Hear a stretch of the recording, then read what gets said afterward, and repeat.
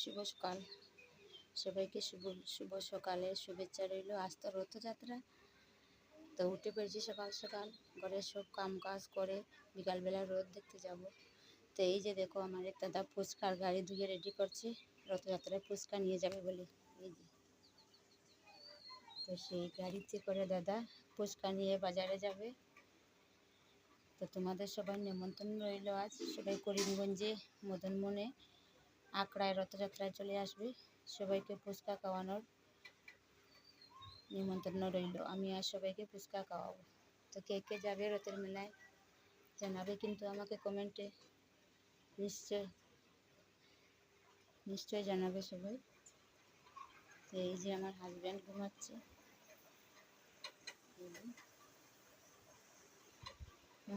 ঘুমাচ্ছে, ও উঠবে ঘুম থেকে, তারপর স্নান টান করবে, রান্না হবে, আমি রান্না করব, তারপর খেলে উনিও চলে যাবেন,